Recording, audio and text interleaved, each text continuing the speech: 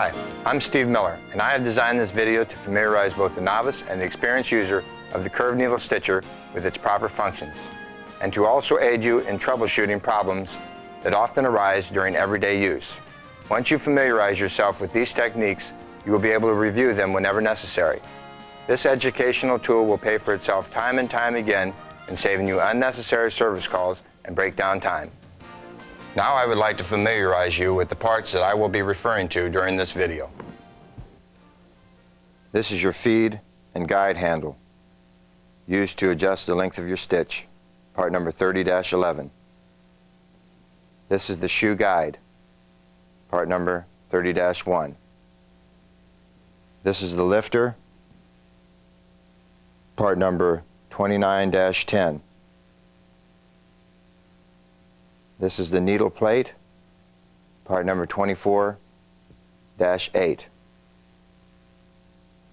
This is the pressure foot, part number 27-5P. This is the channel knife, part number 27-5H.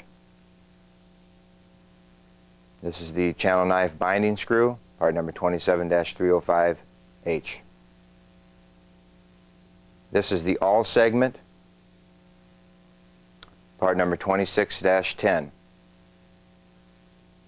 This is the awl segment binding screw, part number 26-311A.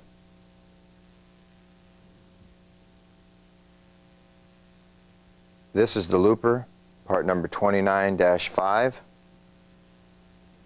This is the needle segment, part number 24-2. This is the needle segment clamp screw nut, part number 24-303A. This is the needle guide arm, part number 24-6. This is the needle guide, part number 24-7A when you're using a 22-50 needle. This is part number 24-307, the needle guide retaining screw. This is your bobbin case, part number 25-5B.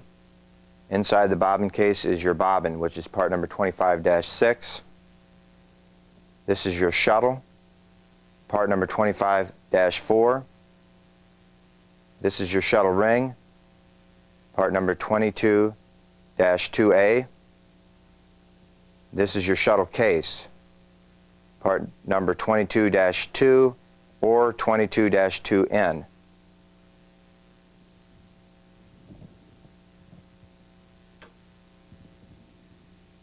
This is your bobbin case retainer or bobbin lock door, part number 22-3. Now we'll lift the cam cover to look at the four main cams. Parts number 23-1, 23-2, 23-3, and 23-4.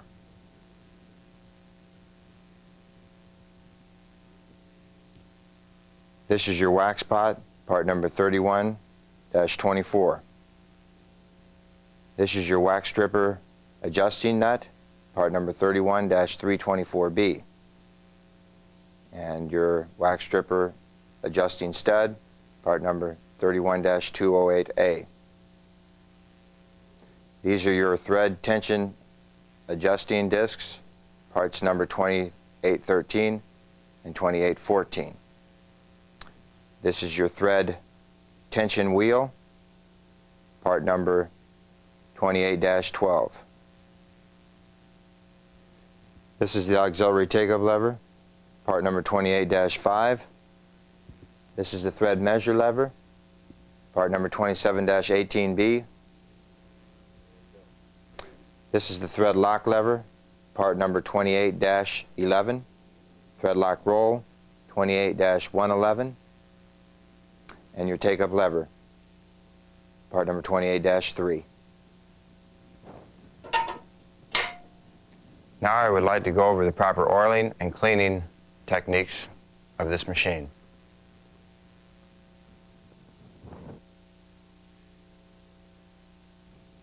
I recommend using a heavyweight stitcher oil, which is available through your finders. Always oil your 4 cams here. There are 13 raceways in them. Make sure that you've oiled all of those at least once a week. Most of the time, most of your oil holes are marked with red dots. If they're not, then you'll have to find them, but most of the time on the machine they are marked with the red dots, and you'll want to oil all those. Also turn your machine over after you've oiled all of the oil holes on both sides of the machine and behind the cams. Any moving parts that you see that you might not have oiled at that time, go ahead and oil at this time, such as the gears, the needle and awl segment, the shuttle driver lever, and in your shuttle, your needle guide, your segments. Then begin by oiling all of the oil cups that are on the machine. Just a few minutes a day of oiling your machine in the proper way will save many hours of downtime in the future and will save parts from wearing out prematurely. Always use an oil-based solution when cleaning your machine of excess dirt and wax. I recommend using Solari's machine cleaner and wax thinner in a mist sprayer. Spray this solution on all thread rolls, the shuttle, and between bobbin case and bobbin case retainer. Come behind with a clean cloth and wipe thoroughly clean.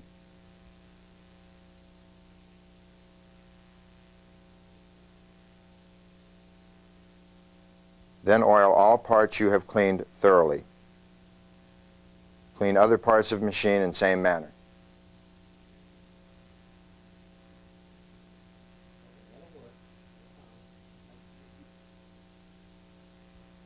Here are my recommendations for the proper types of thread and thread sizes.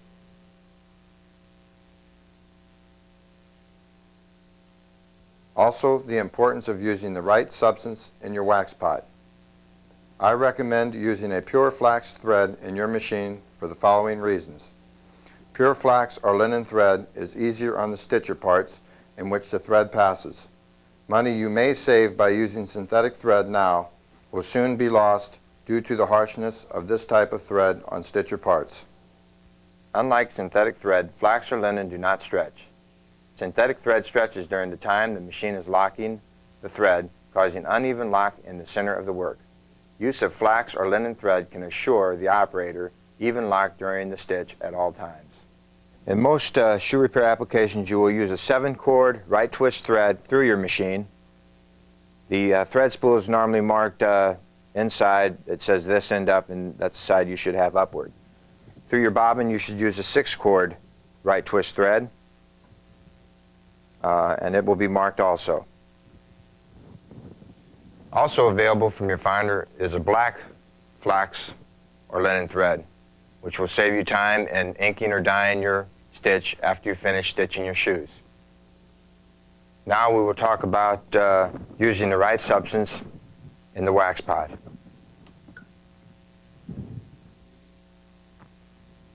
I recommend using a high-grade stitching wax in your wax pot for the following reasons. A wax lock will hold the sole onto the shoe even after the person wearing the shoe wears off the top thread from the sole. Wax makes the thread stronger and gives less complications with stitch fraying and breaking.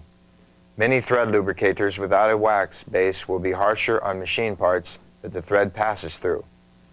Remember to fill wax pot only 1/2 full. If it is too full, wax will run out of the holes in back of the pot where thread guides into the pot. Soon this wax will dry, causing unnecessary tension on the thread, which can lead to fraying and breaking of the thread. Here are the proper needle and awl sizes to use in your Landis, American, Champion, or Goodyear stitchers. In most shoe repair applications, you will be using a number 22 needle and number 23 awl. In most shoe repair applications, you will use a number 50 Sutton needle and a number 47 Sutton awl in the 317 Rapid E. Now I would like to go about showing you how to change the awl in your stitcher. The first step is to move the shoe guide, the 30-1, out of the way.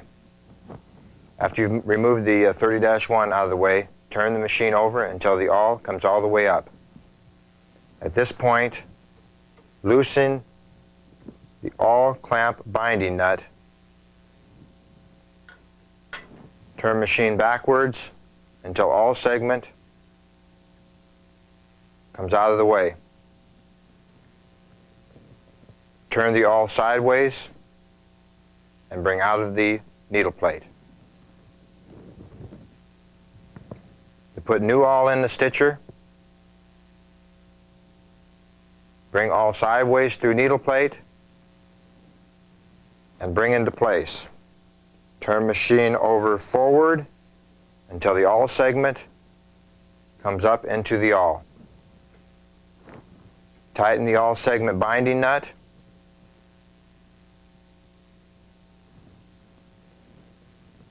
Turn machine over until awl has fed to the needle. There should be 1/16 of an inch between the needle guide, between the needle and the needle and the awl. You can use a needle to check this distance because the needle is 1/16 of an inch. Now I would like to go over the proper way to change your needle and to set it properly. First of all, you want to turn your machine over. There's 2 points where the needle clamp binding nut will be able you will be able to have accessibility to it.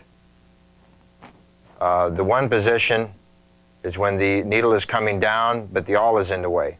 So you want to keep turning the machine over until the needle starts to come up again, and at that point you can loosen the needle clamp binding nut.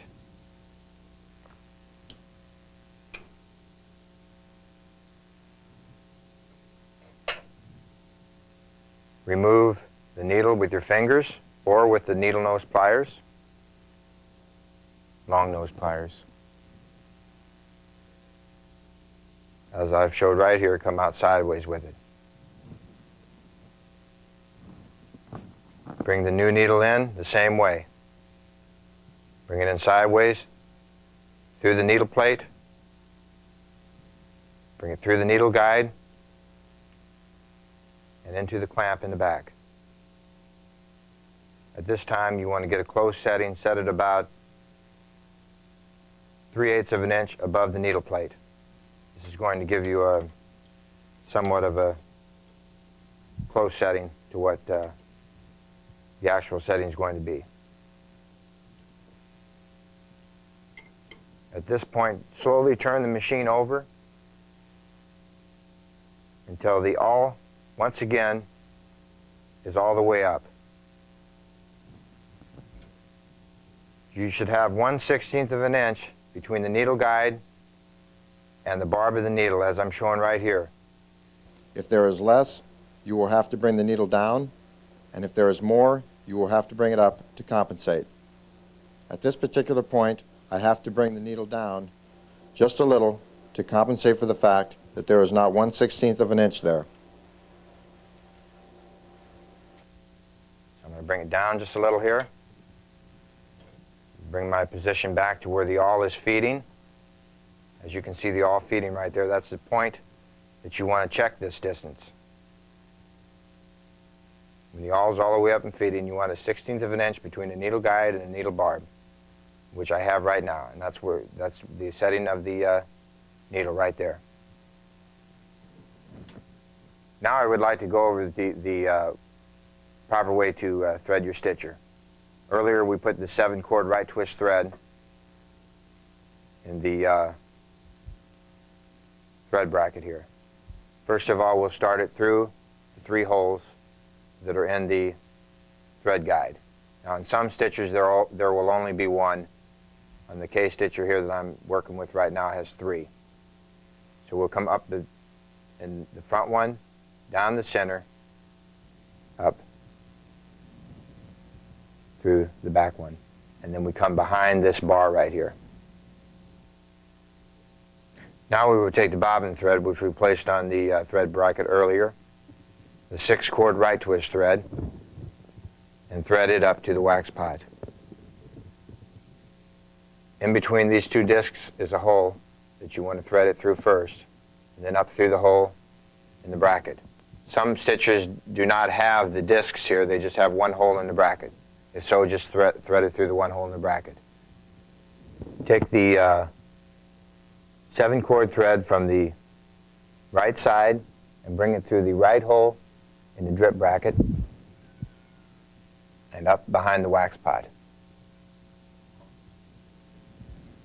Then bring the 6-cord thread from the bobbin up through the left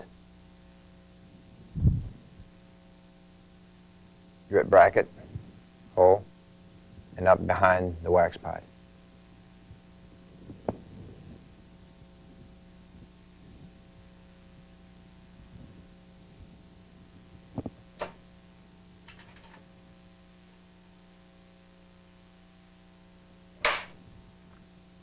Then take the 7-cord right, coming from the right side, bring it through the right hole in the back of the wax pot. It's sometimes easier to use a straight needle or a curved needle to do this job. Bring the 6-cord thread for the bobbin through the left hole in the back.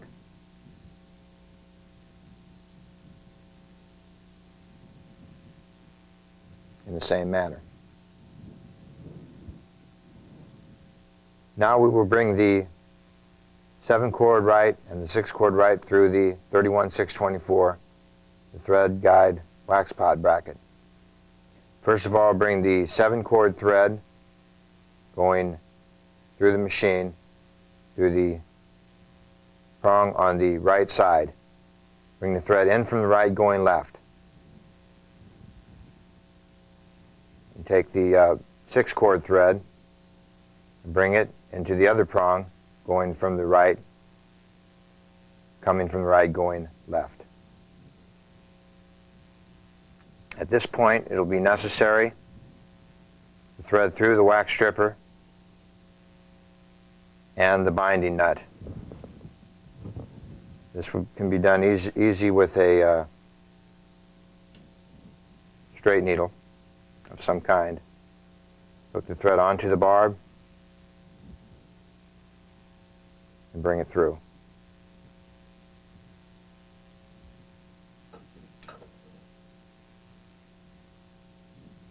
Do the same.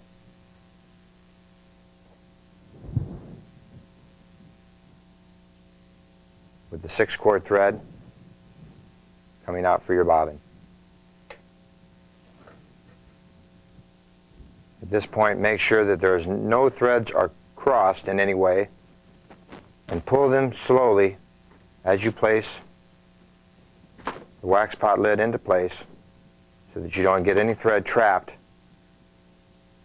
in between the wax pot and the wax pot lid.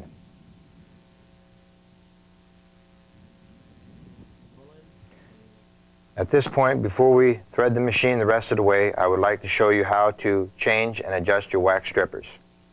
First of all, it will be necessary to remove your wax stripper binding nut, 31/324B, and the stud, 31/208A.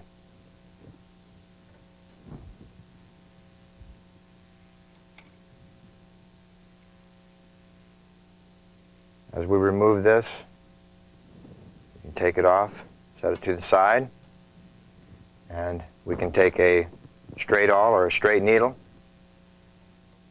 poke into the side of the old wax stripper, and bring it out of the machine.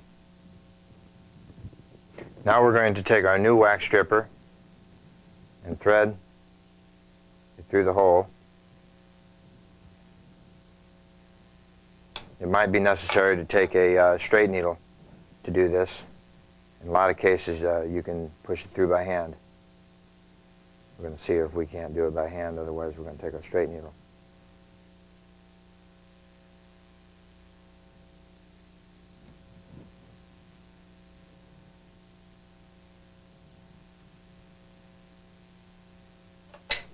and then push the wax stripper down into place. As soon as the wax stripper is in place, take your binding nut, 31324A, 31324B rather, and your stud, 31208A. Put them together as shown here. Bring the thread through them.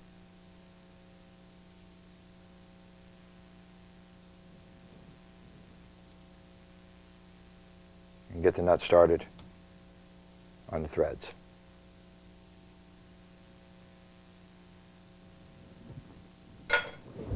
At this time, it'll also be necessary to change the wax stripper for your bobbin thread, and it can be done in the same manners that we did this wax stripper going for the thread going through the machine.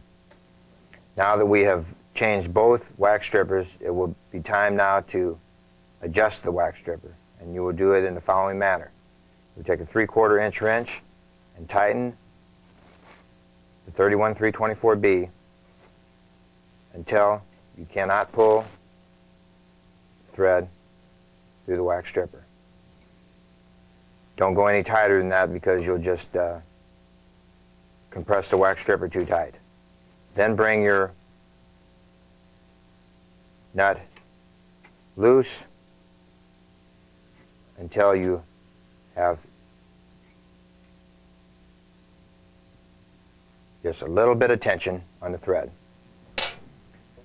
Take your fingers and bring them across the thread, and you should just feel the moistness of the wax on the thread, but you should not be able to have too much excess on your fingers. Now we will go on with the rest of the threading of the machine from here. Now we will thread the thread tension wheel 28-12, and the best way to thread this tension wheel is as shown. I will flip it around one of the corners on the left-hand side, and I will let the right-hand side of the thread hook through the wheel, and I'll let the left-hand thread follow the ridge on the wheel. At this point, I'm going to bring the wheel around until I get one complete turn. Once I see my loop again, I'm going to remove the thread from the ridge and pull thread out at least one full turn,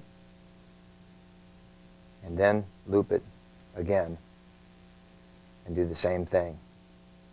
If you're using non-heating liquid wax, you want to go around this wheel twice.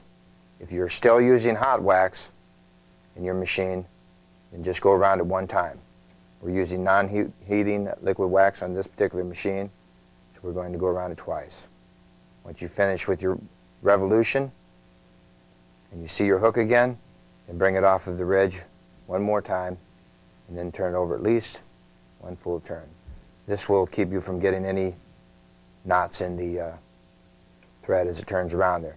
It doesn't matter if you have your thread on the outside or the inside of the thread coming out of the stripper. A lot of people ask me that question, but it doesn't make any difference. The next step in threading the machine is to just bring the thread behind the take-up lever, 28-3 is shown here. Then push down on the foot pedal and release the thread lock lever, 28-11, and slip the thread up underneath the 28-111 or the 28-11. Now, some machines do not have the pressure foot release, so the way you will have to bring it behind the 28-11 lever is to bring the take-up lever up about 3/4 of the way so that the thread lock lever is released, and bring it behind there at that point. Another way that you can thread it behind there is just to take a curved needle and bring it down through there and just bring it through. The next thing we're going to do is we're going to thread the rolls first in the thread measure, thread roll lever, and you can use a curved needle to do this. We're going to come through the back side of this roller first.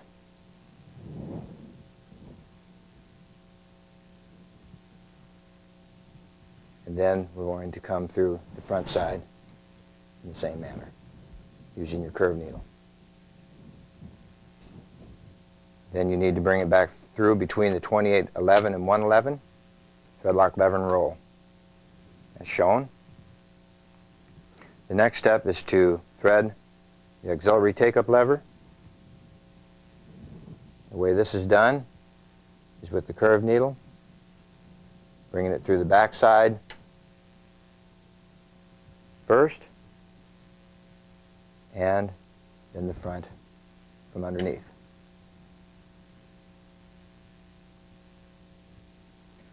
The next step will be to thread the take-up lever, 28-3, bringing it through the back side first, and then up through the front.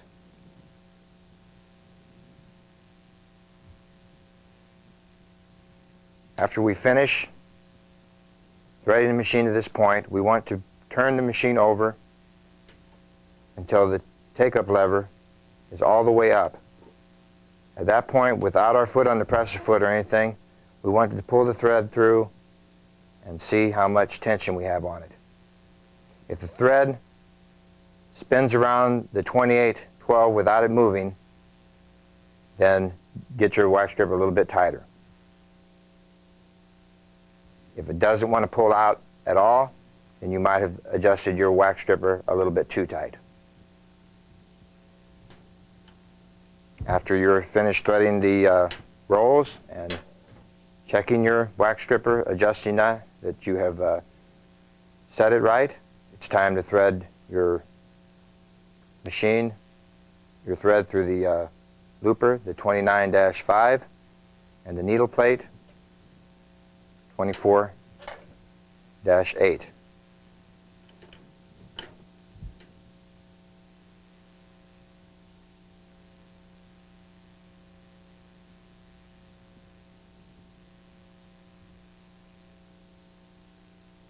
Now we're going to wind a fresh bobbin. So we're going to take the bobbin case and the bobbin out of the shuttle.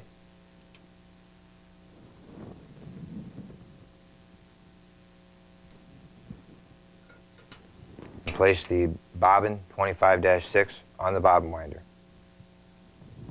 It will also be necessary to adjust this wax stripper in the same manner that you adjusted this one for the machine thread earlier. After you finish doing that, bring the thread to the bobbin and wrap it around a couple times and then underneath.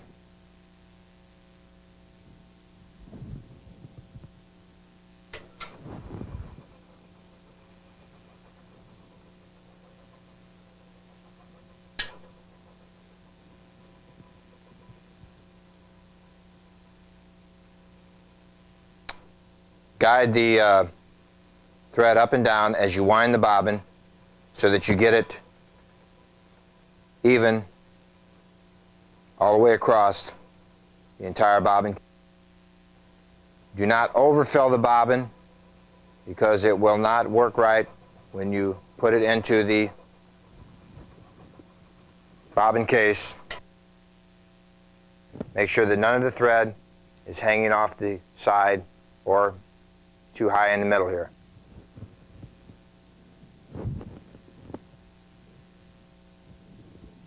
Cut your thread and bring your bobbin in hand so that you can thread it into the 25-5B bobbin case.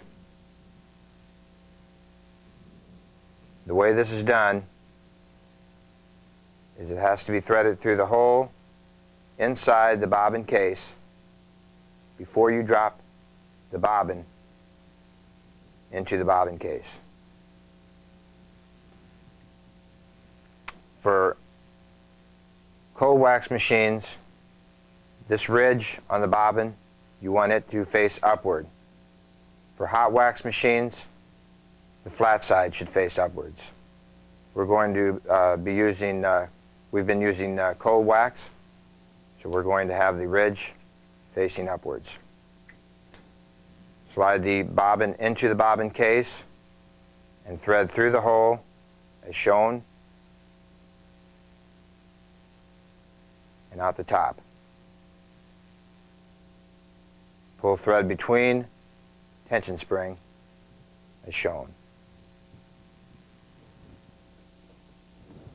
It's important at this point to oil your shuttle before you put your bobbin case back into the shuttle, and then close the bobbin lock door into place. Now I'd like to go over the proper way to replace the needle guide, part number 24-7A. During this procedure, we will also be adjusting the thread lifter, part number 29-10. The first step in changing your needle guide, part number 24-7A, is to remove the bobbin case from the machine. After removing the bobbin case from the machine, it's time to remove the needle in the same manner that we did earlier in the video when I showed you how to change the needle.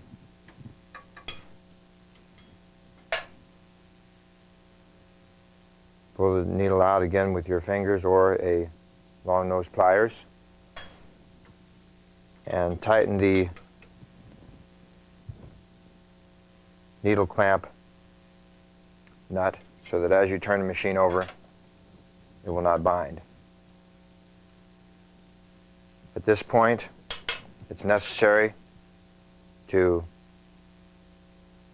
move the lifter, part number 29-10, out of the way. Only loosen the binding nut enough so that you can bring the lifter forward. Do not loosen it all the way. When you get to a point where you can move it forward,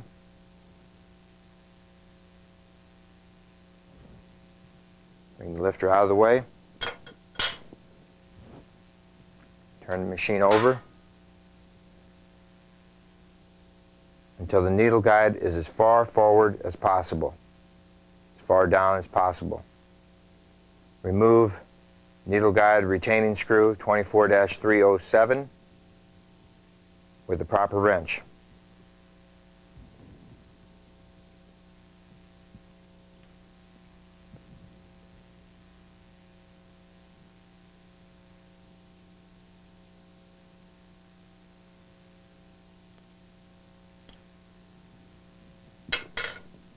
It might be necessary to remove the screw with the long nose pliers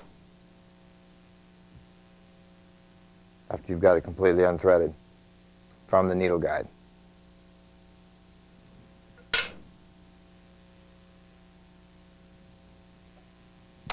Take your long nose pliers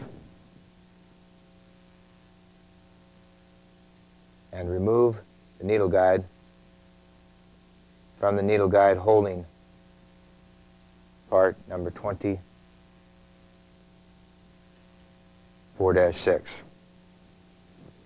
At this point, it is now time to put your new needle guide in. Put your new needle guide in the long nose pliers as shown. Make sure that both pins are on the needle guide arm 24-6 before replacing the needle guide. If one of these pins or both of them are broken off, then it might be necessary for you to have a technician work on your machine and replace them. If both of those pins are in place, then you can take your new needle guide and put it in place with the long nose pliers. Set the needle guide retaining screw into the wrench as shown. Hold needle guide in place and bring the screw up to the machine and thread it into the needle guide as shown. Make sure you get this tight. And this is the reason why you want to use the proper wrench to do this, because a real big gigantic wrench or a pair of vice grips or something could possibly break this screw off.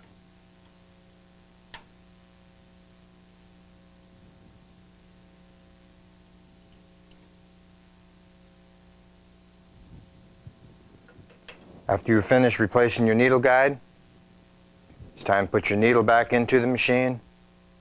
Now it is time to adjust your lifter after you have your needle set properly. We will adjust the lifter back in toward the shuttle. Turn the machine over until the shuttle is at a position where the point is to the right and pointing straight up into the air.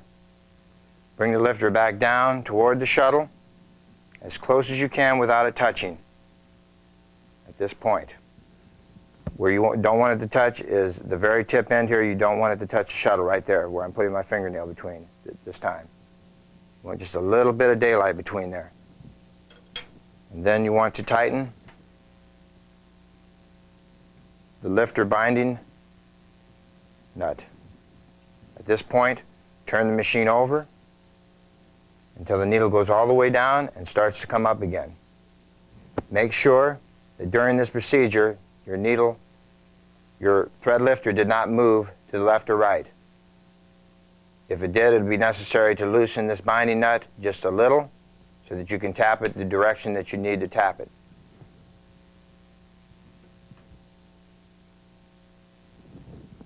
The needle has to line up. The very center of the needle has to line up with the very center of the point here coming up from the lifter. It's very important to have this setting right so that when the needle picks up the thread from the looper and comes up, that the one side of the loop is on the lifter and the other side is off of the lifter. There's one last step in adjusting your thread lifter number 29-10, and that is turning the machine over until the needle is just coming over top of the lifter. At that point, there should be approximately 1/32 of an inch between the needle and the lifter. If there's more or less than that, it can be adjusted. At this point, the lifter eccentric stud number 29-210. By moving this with a 1/2 inch wrench, you can move the lifter up or down. Now I've completed showing you the settings of how to replace the needle guide and how to adjust the lifter. At this point, I'm going to show how to adjust the channel knife in and out, so that if your channel knife is not, if your thread's not following the same groove that your channel knife is cutting, then it's important to know how to adjust this next step. The first thing that you want to do is you want to take the screw out, 27-305H.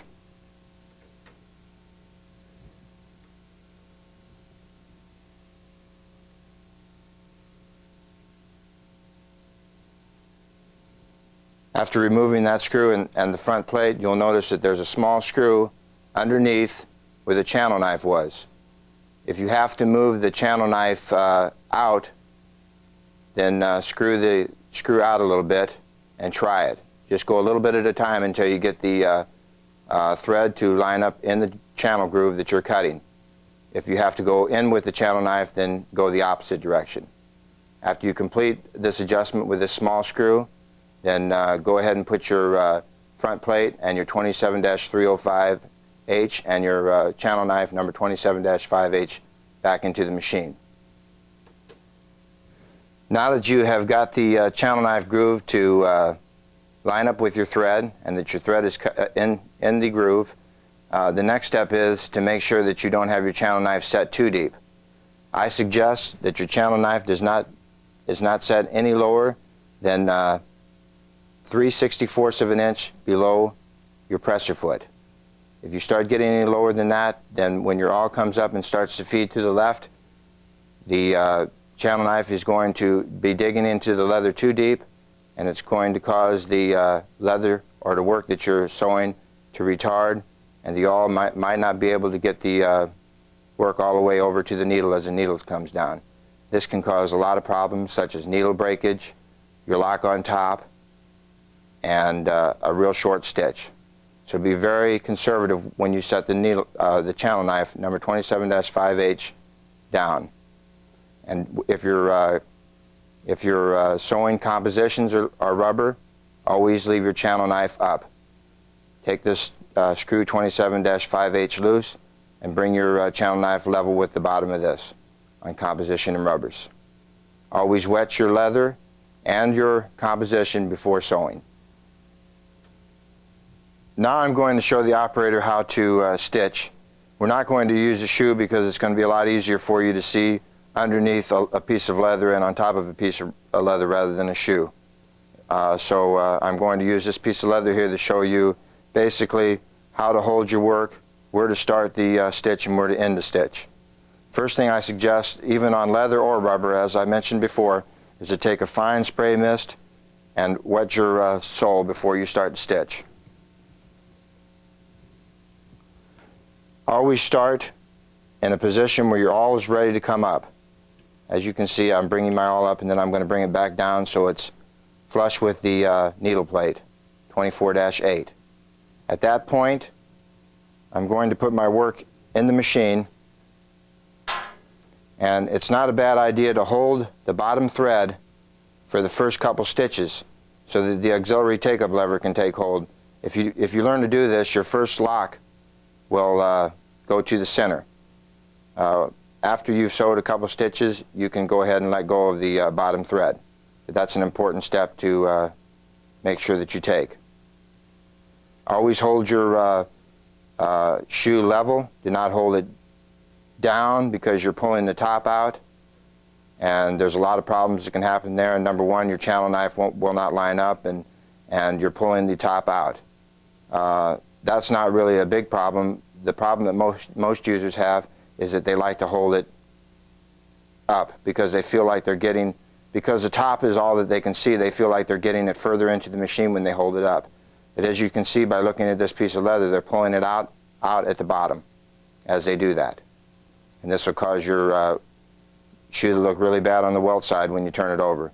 This can cause needle breakage problems and your channel knife not lining up also. So make sure that you hold your work completely level before you start to stitch. Another thing is let the machine do the feeding. When I start to stitch here, you'll notice that I'm not going to push the leather through. I'm going to just hold it and guide it. That's very important. If you try to push it through, you're going to cause uneven stitches, possible needle breakage, and a whole other lot of problems that can occur. So let the machine do the feeding. It was made for it. As you notice, when I bring the awl up through the work, it feeds the work. You can see the work move. So you can see that the awl is doing the feeding of the work. You don't have to do that. So that's very important. And when you get to the toe of your shoe, make sure that you do not turn until it's time. That's very important. Guide the toe, guide it around the toe real evenly, just like you do on the side. This will create less problems with needle breakage also, and with uneven stitches. So now I'm going to turn the machine over and I'm going to sew. After I finish sewing, I'm going to turn the machine back off, and I'm going to show you how to take the shoe out of the stitcher.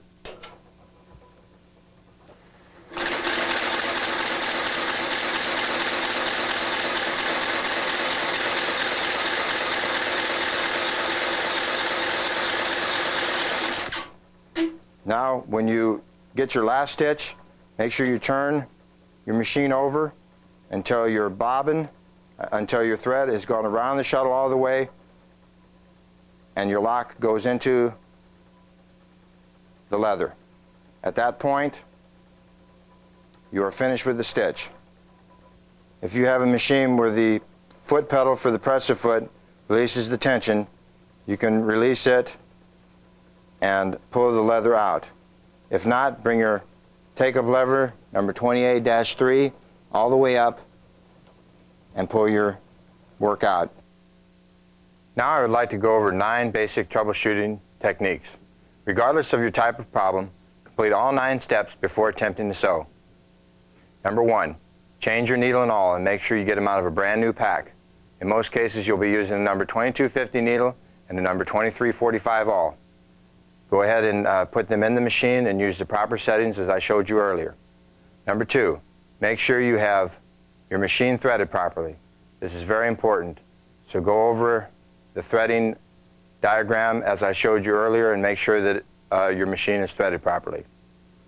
Number 3, make sure your wax pot is only half full of fresh wax. It's very important not to fill your wax pot too full, or else the wax will run out the back holes where the thread enters the wax pot. This can cause a lot of different problems as the wax goes out the back holes and runs into the runs back there and dries up. It's also important not to have it less than half full, because the wax may not get on the thread as the thread goes through the wax pot. Number 4, turn machine to the position where the take-up lever, number 28-3, is all the way up, and make sure that your thread is pulling out of the machine freely at this time. If not, go through the following 5 steps in order, and after each step, check to see if your thread is pulling out freely. A, check entire threading procedure to see if the thread is sticking anywhere. B, check to make sure thread is on all thread rollers. This is very important. Sometimes the thread will come off of one of the thread rollers and it'll stick behind the thread roller in a stud, or back behind the lever that the thread roll is on. And then the next step, C, is to make sure all thread rollers are turning. This is very important because wax buildup on thread rolls that hasn't been cleaned off properly can cause the wheel not to turn. And then clean the wheel properly and make sure it's turning. D, check to see if thread may be sticking on your spool of thread. This is possible because if you have filled the wax pot up too full at one point in time, then it could have ran out the back holes of the wax pot getting on the spool of thread. Or if you might have spilled some while filling wax into the wax pot. Check to make sure that there's no wax on the spool at any place, and if there is, go ahead and cut that ball of thread off and put a new one on. E, check wax stripper tension and main tension. They may be set too tight. First of all, loosen your wax stripper, tension just a little bit, and see if your thread pulls out freely. If not, then loosen your main tension and see if your thread pulls out freely. At this point, thread should pull freely through the machine. Now you can go to your 5th step of the troubleshooting. The 5th step is to make sure you are using 7-cord right twist thread through the machine and 6-cord right through the bobbin. This is very important. 6, check for wax buildup and shuttle between the bobbin case and the bobbin case retainer. This is very important because the thread has to go around the shuttle case and between the bobbin case and the bobbin retainer during the stitch. Number 7, if you're using liquid wax, make sure the main tension wheel, number 28-12, is threaded around it twice. If you're using hot wax, make sure it's threaded once. Number 8, make sure your channel knife is not set too low or it's too deep, as I showed you earlier. Number 9, wind a fresh bobbin and make sure that you're getting ample wax on it, but make sure you're not getting too much wax. And adjust your wax stripper on your bobbin thread to compensate for this problem. Now test sew a piece of leather. Most likely your problem will be solved. If not, view the following graphs to help solve a more major problem. Here are some common causes of needle breakage and their remedies. Number 1, bent, sprung, or dull awl. Replace awl. Number 2, worn needle guide. Replace needle guide. Number 3, wrong needle setting. Replace needle and set correctly. Number 4, broken pins. Part number 24-507, on arm 24-6. Replace correct worn parts. Here are common causes of fraying or breaking thread and their remedies. Number 1, tension set too tight. Use correct tension setting. Number 2, wax stripper set too tight. Use correct setting. Number 3, wrong needle setting. Replace needle and set correctly. Number 4, bird or sharp area on part or parts which thread passes. Replace part or use emery cloth to remove bird or sharp area. Number 5, improper threading of machine. Thread machine properly. Now here are some common causes for lock, knot, and center of work, and their remedies. Number 1, thread tension either too loose or too tight. Use correct setting. Number 2, worn awl. Change awl and set correctly. Number 3, channel knife set too deep or worn channel knife. Use correct setting or replace worn part. Number 4, dried out bobbin thread or incorrect bobbin tension. Wind fresh bobbin and use correct setting on bobbin tension. Number 5, wax on thread wheels, shuttle, or between bobbin case and bobbin case retainer. Clean areas mentioned. Number 6, improper threading of machine. Thread machine properly. Number 7, use of synthetic thread. Synthetic thread will stretch during lock. Use flax or linen thread. And here are some common causes of machine missing stitches and their remedies. Number 1, dried out or burnt bobbin. Wind fresh bobbin. Number 2, improper needle setting. Replace needle and set correctly.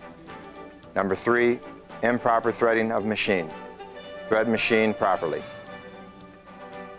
I hope that you have learned a lot and have become more skillful with the use of your machine. Remember, proper oiling and proper use of this machine is not going to keep it from eventually wearing out or ever needing professional help from time to time, but it will let every machine part last longer and function better, not to mention the unnecessary service calls and downtime you will save.